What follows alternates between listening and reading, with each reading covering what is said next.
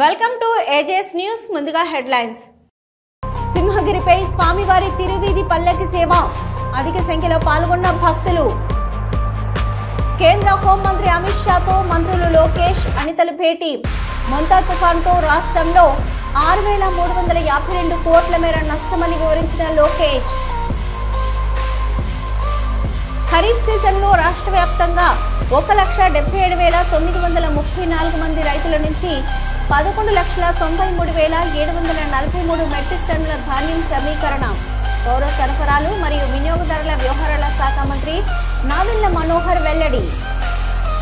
వచ్చే సంవత్సరం ఫిబ్రవరి 28, మార్చి 1వ తేదీలలో అంబేద్కర్ కోనసీమ జిల్లా అమలాపురం కిమ్స్ వైద్య కళాశాల ప్రాంగణంలో 3వ ప్రపంచ తెలుగు మహాసభలు నిర్వహిస్తున్నట్లు చైతన్య విద్యా సంస్థల చైర్మన్ చైతన్యరాజు తెలిపారు. అమలాపురం కిమ్స్ వైద్యశాలలో జరిగిన కార్యక్రమంలో తెలుగు మహాసభల పోస్టర్ను రాష్ట్ర ప్రభుత్వ విప్ దాట్ల సుబ్బరాజు, ఎమ్మెల్యే ఐతాబత్తుల ఆనందరావు ఆవిష్కరించారు.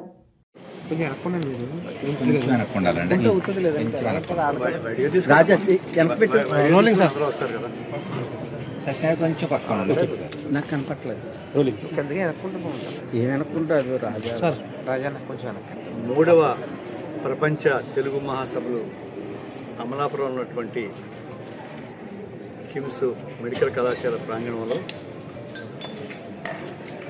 ఫిబ్రవరి 28 శనివారం, మార్చి 1 ఆదివారం ఈ సంవత్సరం చేయడానికి ఈ రోజున నిర్ణయం తీసుకోవడం జరిగింది. దేశ విదేశాల్లో ఉన్నటువంటి ప్రముఖుల్ని, వివిధ తెలుగు సంఘాలు ప్రపంచవ్యాప్తంగా ఉన్నటువంటి, అలాగే ఇతర రాష్ట్రాల ఉన్నటువంటి తెలుగు సంఘాల వారిని కలిసి దాదాపు 1,100 మంది కవుల్ని కూడా ఈ యొక్క కార్యక్రమానికి ఆహ్వానిస్తాం. గత 2 సంవత్సరాలుగా రాజమహేంద్రవరంలో 1వ, 2వ ప్రపంచ తెలుగు మహాసభలు అత్యంత ఘనంగా నిర్వహించడం జరిగింది. దానికి మళ్ళీ ఈ సంవత్సరం 3వది ఇక్కడ కోనసీమ ప్రాంతం డాక్టర్ బిఆర్ అంబేద్కర్ ఇక్కడ ఈ కార్యక్రమాన్ని నిర్వహిస్తున్నాం. మరి తెలుగు భాష ఇంకా దీని యశస్సు, కీర్తి ఇంకా అజరామంగా తెలుగు ప్రముఖుల్ని జాతీయ స్థాయిలోని, అంతర్జాతీయ స్థాయిలో ఉన్నటువంటి నిష్ణాతులైనటువంటి గొప్పవారందరినీ కూడా పిలుస్తుంది. మొదటి రోజు కార్యక్రమం శ్రీ చాగంటి వారి యొక్క జ్యోతి ప్రజ్వలన వారితో ప్రారంభించి 2 రోజులు కూడా దాదాపు 4 వేదికలు ఇక్కడ ఏర్పాటు చేసి ఒక అత్యంత అద్భుతంగా ఇక్కడ చేయడానికి ఎన్నెన్నో కార్యక్రమాలు ఇక చేయడం కోసం నిర్ణయం తీసుకున్నాం. అందరికి కూడా ఇదే ఆహ్వాన సంఘం తరఫున ఈ యొక్క కార్యక్రమాన్ని దిగ్విజయం చేయవలసిందిగా మీడియా మిత్రులందరూ కూడా విజ్ఞప్తి చేస్తున్నారు. Any questions? నర్సీపట్నం మున్సిపాలిటీ శారదానగర్లో గల బేకరీలో మంగళవారం తెల్లవారుజామున అగ్ని ప్రమాదం చోటు చేసుకుంది. స్థానికులు ఫైర్ సిబ్బందికి సమాచారం అందించారు. అగ్నిమాపక సిబ్బంది ఘటనా స్థలానికి చేరుకొని మంటలను అదుపు చేశారు.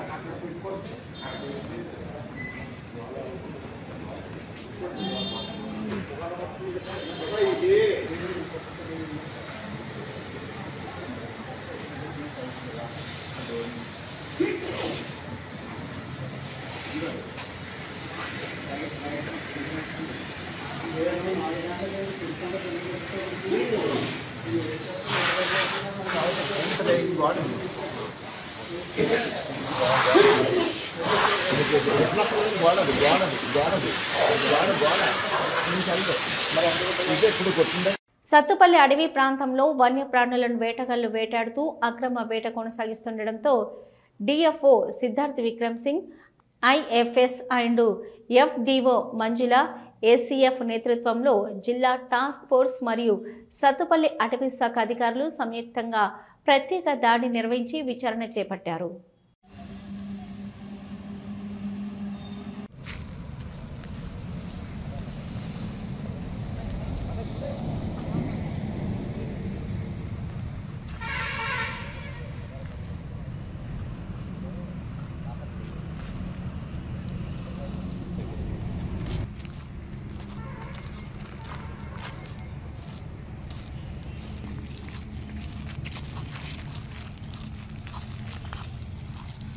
ఇది ఒకటి ఏంటంటే కొంచెం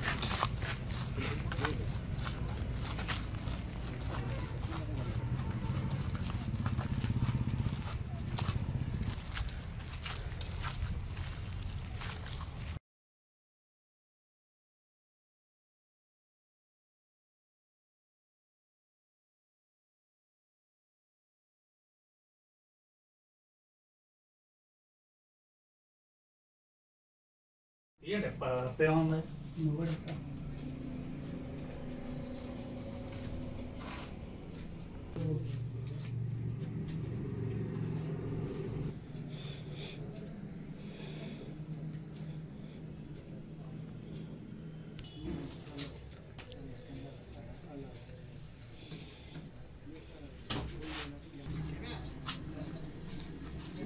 మసాబీ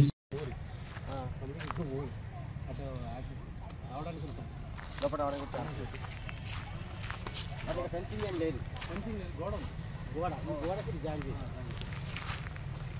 ఈ గ్యాప్లో మేము వెళ్ళాం మేము సార్ ఎక్కి అది ఎక్కే లేదు వద్దంటున్నారని చెప్తాను. అర్థం చేసుకోండి, మీరు అర్థం చేసుకోవాలి. మీరు ఎంతసేపటికి ఎంక్వైరీలో ఉన్నప్పుడు గేట్ ఎలా చేద్దామన్నారు. తిరుపతి నాగులాపురం మండలం సురుటుపల్లి శ్రీపల్లి కొండేశ్వర స్వామి దేవస్థానంలో ప్రోటోకాల్ ఎందుకు పాటించడం లేదని ఎమ్మెల్యే కోనేటి ఆదిమూలం ఆలయ ఈవో లతను ప్రశ్నించారు. నామినేటెడ్ పదవులు తాత్కాలికం, ఎమ్మెల్యేకు ప్రోటోకాల్ ఇవ్వాల్సింది. ఆదిమూలం కావచ్చు లేదా ఇంకెవరైనా ఎమ్మెల్యే కావచ్చు, భారత రాజ్యాంగం మేరకు ఎమ్మెల్యేకు ప్రోటోకాల్ ఇవ్వాల్సిందేనని అన్నారు. నువ్వు మేళ తాళాలు పెట్టి పారేది పరమేశ్వర దగ్గరికి పట్టు వసలు ఇప్పిస్తావా? టీటీడీ వల్ల చెప్పండి స్వామి, ధర్మమేనా మీకు? అరే మనం బతకలేమా? తిండి లేకపోతే ఉండలేమా? ఈ గుడిలో పవిత్ర గుడి ఇటువంటి ప్రక్రియ చేస్తే ఇది ఎన్ని రోజులు నిలుస్తుంది?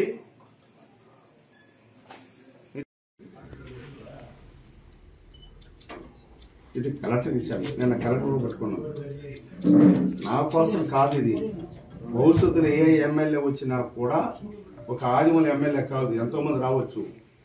కానీ గుడిలో పవిత్ర గుడిలో దేవస్థానం గుడి ఉంది, ఆ చైర్మన్ వస్తాడు, ఇంకో చైర్మన్ వస్తాడు, ఆనంద వస్తాడు, ఇంకోటి వస్తాడు. అటన్నీ ఎమ్మెల్యే పేరు తీసేస్తారా?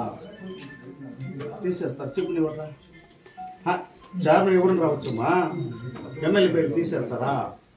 నేను ప్రజాప్రతినిధి, ఎలక్ట్ అయిన వాడిని. నేను వాళ్ళు నామినేట్ పోస్టులు వచ్చిన వాళ్ళు కాదు. నేను వేసుకొచ్చింది నేను.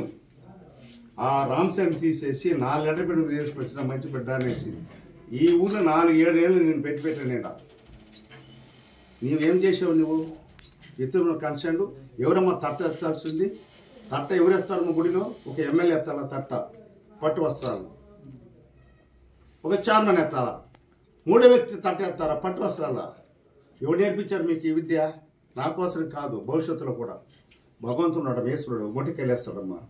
నాకే కాదు, మీకు అందరికీ కూడా మొట్టికెళ్ళేస్తాడు. ఈశ్వరుడు చూసుకుంటాడు. ఈ పవిత్రమైన సోమవారం ఇది, అందుకే నేను రోజు వచ్చాను. నాకు అవసరం లేదమ్మా గుడిలో ప్రోటోకాల్ పడిచేలా, గుడిలో సాల్వలు వేసుకోవాలా, గుడిలో శంకుస్థాపన చేసుకోవాలంటే ఆలోచన లేదు. ఎవరికైనా కూడా చట్టాన్ని అతిమిరిస్తే, భారత రాజ్యాంగం చట్టించిన హక్కును ఉల్లంఘిస్తే మీరు జవాబుదారి ఉండాలి. ఒక ఎండోమెంటు దీనికి ట్రస్ట్కు నువ్వు ఈవో, నువ్వు ఇదే రెస్పాన్సిబిలిటీ పర్సన్. చైర్మన్ ఈరోజు ఉంటాడు, పోతాడు. కోర్టులు ఉండేటప్పుడు మీరు దొంగతనంగా ప్రమాణ స్వీకారం చేశారు కదా మీరు. కోర్టు ఉంది కదా, స్టిల్ ఇది కోర్టులో ఉందమ్మా. లేదంటే వాయిస్ నెంబర్ తెప్పిస్తా. సినీ హీరో అల్లు అర్జున్ సతీమణి స్నేహారెడ్డి తన సన్నిహితులతో కలిసి తిరుమలకు వచ్చారు. మంగళవారం వేకువజామున అర్చన సేవలో పాల్గొని శ్రీవారిని దర్శించుకున్నారు.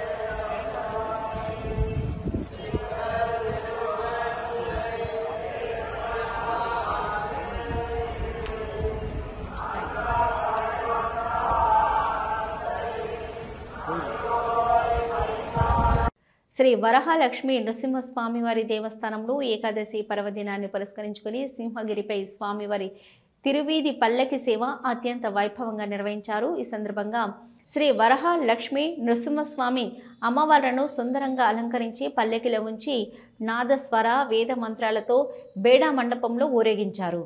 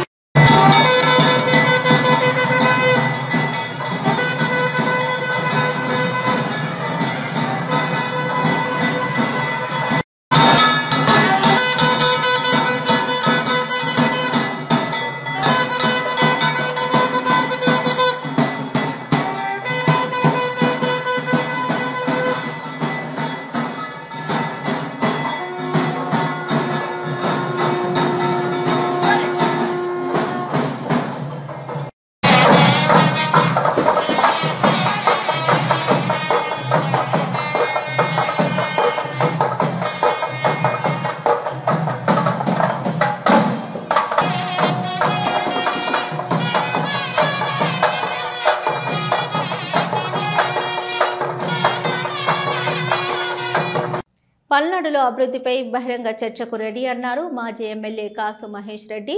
మాచర్ల నియోజకవర్గంలో పెడతావా లేక నీ ఇంట్లో పెడతావో తేల్చుకో.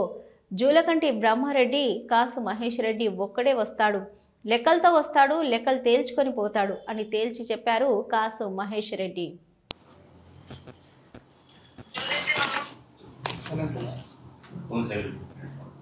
నిన్న నసరావుపేట పట్టణంలో మాచర్ల నుంచి ఉఠావుటిన పరిగెంతుకుంటూ వచ్చి జూలకంత్రి బ్రహ్మారెడ్డి, జూలకంటి కాదు, జూలకంత్రి బ్రహ్మారెడ్డి గారు ఇక్కడ ప్రెస్ మీట్ పెట్టారు. వాస్తవమే, మేము ప్రత్యర్థులను కూడా గౌరవించే కుటుంబం మాది. మీరు కావాలంటే అంతకుముందు రోజు నా ప్రెస్ మీట్ చూడండి, బ్రహ్మారెడ్డి గారు అని పిలిచాను నేను. ఎవరైనా అంతే, ప్రత్యర్థులను అందరం గౌరవించుకుంటాం. కానీ మీరు నన్ను మాట అన్నాక నేను అనకపోతే తప్పది. పెద్దలు చెప్పారు, ఎవరికి ఏ భాషలో చెప్తే అర్థమవుతుందో ఆ భాషలోనే చెప్పాలరా, లేకపోతే అర్థం కాదని. అందుకే జూలకంత్రి బ్రహ్మారెడ్డి గారు అంటున్నా. అంటాడు మహేష్ రెడ్డి నసరావుపేటలో 23 ఎకరాలు కబ్జా చేశాడు, అక్రమ డబ్బుతో కాంప్లెక్స్లు కడుతున్నాడు. ఏందా అసలు, ఉందా లేదా? అది Shri Kasu Raghavamma Brahmanandareddy junior college committee society. నేను పుట్టక ముందు బహుశా ఆ సంవత్సరంలో ఏర్పాటైంది. చట్టపరంగా ప్రభుత్వం నుంచి సుమారు 1,00,00,000 రూపాయలు ఆ రోజుల్లో 50 సంవత్సరాల క్రితం ఆ భూమి కొన్నారు. ఎందుకు? ఈ ప్రాంతంలో చదువు చెప్పాలి, కొంతమందికి ఉద్యోగాలు ఇవ్వాలి, వెనుకబడిన ప్రాంతం కాబట్టి ఎంతోమందికి ఉద్యోగాలు. ఎందుకు? శ్రీనివాసరెడ్డి గారు ఉన్నారు, వాళ్ళ బ్రదర్ కూడా చేశారు, బ్రదర్ కూడా అక్కడ ఎంతోమంది అట్ట. నేను అడుగుతున్నా ఒకటే, అప్పుడున్న బ్రహ్మానందరెడ్డి గారు, వెంగళరెడ్డి గారు నిజంగా గనక ఆస్తులు పోగు చేసుకోవాలి అనుకుంటే వాళ్ళు పాపం రూపాయి కూడబెట్టుకున్న 1,00,00,000 రూపాయలు హైదరాబాద్ జూబ్లీహిల్స్ అందరికీ తెలుసు. హైదరాబాద్ జూబ్లీహిల్స్ ప్రారంభించింది కాసు బ్రహ్మానందరెడ్డి గారు ముఖ్యమంత్రి ఉన్నప్పుడు హౌసింగ్ కాలనీ. ఈరోజు చంద్రబాబు నాయుడు గారు హేమాహేమీలు అందరూ ఉంటారు, లేనోళ్ళు లేరు. మాకు తప్పితే గజం స్థలం కూడా లేదు మాకు. మళ్ళీ మొగమాటం ఎందుకు? ఆ రోజు గజం రూపాయి అంటే ఇక్కడ వాళ్ళు కొనుక్కోవాలనుకున్న 1,00,00,000 పెట్టి జూబ్లీహిల్స్లో గజం రూపాయి కొనుంటే 20 ఎకరాలు వచ్చేది. ఈరోజు వైఎస్ఆర్సీపీ అధికార ప్రతినిధి మాజీ MLA కైలే Anil Kumar press meet నిర్వహించారు. ఆయన మీడియా ప్రతినిధులతో మాట్లాడారు. నా హృదయపూర్వక నమస్కారాలు. గత 10 రోజుల నుంచి రైతుల సమస్యల పట్ల మీ ద్వారా ఈ రాష్ట్ర ప్రభుత్వం కళ్ళు తెరిపిద్దామని, తెరుచుకుంటారేమోనని మీ ద్వారా మేము చెబుతా ఉన్నాం.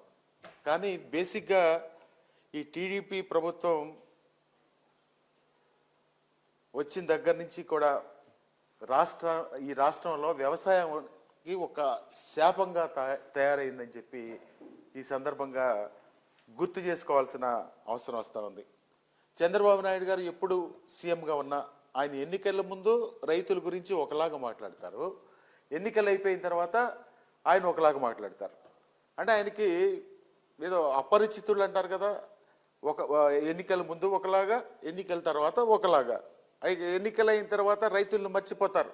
రైతులను మర్చిపోయి ఏదో ఈ ఆంధ్రప్రదేశ్ రాష్ట్రాన్ని ఈ ప్రపంచంలోనే అగ్రమ స్థాయిగా తీర్చిదిద్దే వాళ్ళలాగా నటిస్తాడు ఆయన.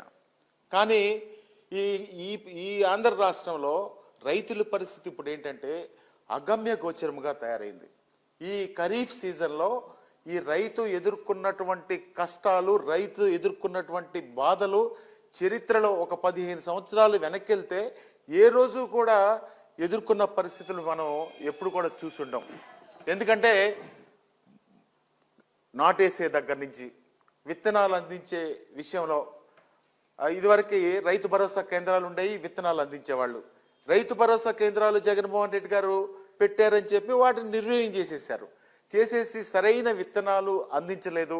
తర్వాత విత్తనాలు నాటిన తర్వాత నీళ్లు సరిగ్గా వచ్చిన పరిస్థితులు లేవు. ఎక్కడ కూడా నీళ్లు ఎప్పుడు అందని పరిస్థితులు గత 5 సంవత్సరాల్లో ఎప్పుడు లేదు. కానీ ఈ సంవత్సరం తిరుపతిలో మరోసారి బాంబు బెదిరింపుల కలకలం రేగింది. కపిల తీర్థం వద్ద 2 హోటళ్లకు బెదిరింపు మెయిల్స్ రావడంతో అప్రమత్తమయ్యారు. ఘటనా స్థలంలో ముమ్మరంగా తనిఖీలు చేపట్టారు పోలీసులు.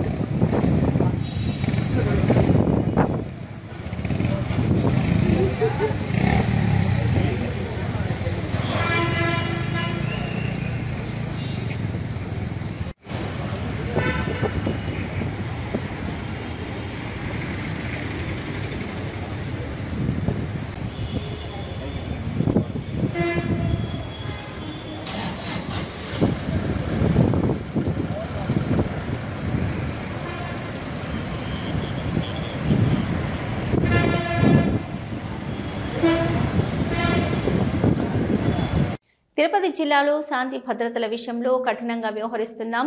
జిల్లా ఎస్పీ సుబ్బరాయుడు గంజాయి స్మగ్లర్లపై ఉక్కుపాదం మోపారని జిల్లా ఇన్ఛార్జి మంత్రి అనగాని సత్యప్రసాద్ అన్నారు. ఈరోజు తిరుపతి కలెక్టరేట్లో గౌరవ కలెక్టర్ గారు, గౌరవ ఎస్పీ గారు, మా సహచర శాసనసభ్యులు, ఎమ్మెల్సీలు, అలాగే చైర్మన్లు అందరూ కూడా ఎవరైతే ప్రజాప్రతినిధులు ఉన్నారో అందరూ కూడా, అలాగే అధికారులందరూ కూడా ఈరోజు చాలా కులంకుశంగా దాదాపుగా 36 డిపార్ట్మెంట్స్ మీద అధ్యయనం చేసి డిస్కషన్ చేసి, ఎందుకంటే గత రివ్యూకి ఇప్పుడుకి మధ్యలో యాక్షన్ టేకన్ రిపోర్టు, తర్వాత వే ఫార్వర్డ్ ఎట్లా చేస్తే ఏదైతే గౌరవ ముఖ్యమంత్రి గారు ఒక తిరుపతిని ఒక మంచి అభివృద్ధి చెందిన ప్రాంతంగా చేయాలని చెప్పేసి ఒక రీజనల్ హెడ్ క్వార్టర్గా ప్లాన్ చేసి ఈ యొక్క రాయలసీమకి కేంద్రంగా ఇది తయారు చేయాలని ఆలోచన చేస్తూ ఉన్నారు. దాన్ని మనం పూరించాలంటే ఎలా చేస్తే బాగుంటుందని చెప్పేసి కూడా అందరి యొక్క సలహాలు సూచనలు తీసుకుని ఈరోజు మనం ఒక కార్యాచరణ రూపకల్పన చేసుకుంటా ఉన్నాం. మరి ముఖ్యంగా తిరుపతి ఏదైతే గ్రేటర్ మున్సిపల్ కార్పొరేషన్ చేయాలని చెప్పేసి గౌరవ ముఖ్యమంత్రి గారు ఎప్పుడు అంటా ఉన్నారు, దాని మీద కూడా మొన్న మున్సిపల్ కౌన్సిల్లో మనకు అప్రూవ్ అవ్వడం జరిగింది. దాని తర్వాత కొన్ని పరిణామాలు చోటు చేసుకున్నాయి. ఎందుకంటే తిరుపతి చాలా ముఖ్యమైనటువంటి ప్రదేశం, కానీ కేవలం 30 స్క్వేర్ కిలోమీటర్లో ఉంటాం. ఎందుకంటే ఒంగోలు చూస్తే 128 స్క్వేర్ కిలోమీటర్లు ఉంటుంది, కడప చూస్తే 268 స్క్వేర్ కిలోమీటర్ ఉంది. కానీ తిరుపతి చాలా చిన్న ప్రాంతంగా ఉంది, అభివృద్ధి చెందాలని చెప్పేసి గౌరవ ముఖ్యమంత్రి గారు ఈ ప్రాంతం నుంచి ఒక అవగాహన ఉన్నటువంటి వ్యక్తిగా ఒక కార్యాచరణ రూపకల్పన చేశారు. మాకు ఒక ఐడియా ఇచ్చారు, దాన్ని కూడా మేము క్షేత్రస్థాయిలో అమలు చేయాలని చెప్పేసి కూడా మేము అనుకున్నాం. ఇటీవల ఆంధ్రప్రదేశ్లో సంభవించిన మొంతా తుఫాను కారణంగా రాష్ట్రంలో అన్ని రంగాలకు కలిపి 6,352 కోట్ల మేర నష్టం వాటిల్లిందని రాష్ట్ర విద్యా ఐటీ శాఖల మంత్రి నారా లోకేష్, హోంమంత్రి అనిత తెలిపారు. న్యూఢిల్లీలో కేంద్ర హోంమంత్రి అమిత్ షాతో మంత్రులు లోకేష్, అనితలు భేటీ అయి మొంతా తుఫాను నష్టంపై నివేదికను అందజేశారు.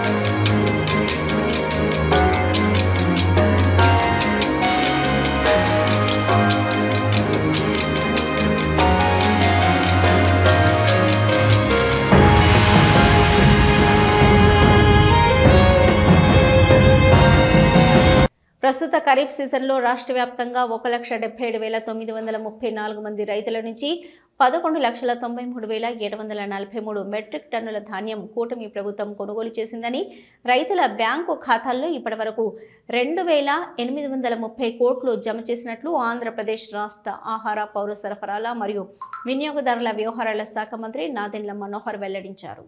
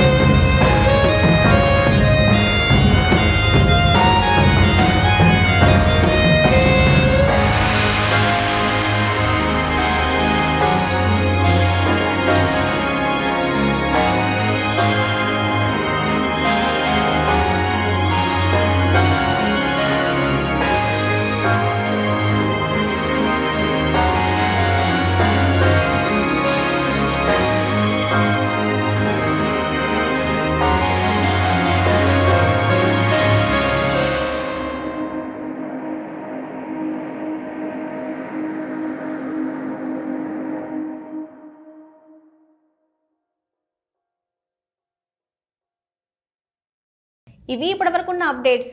చూస్తూనే ఉండండి న్యూస్.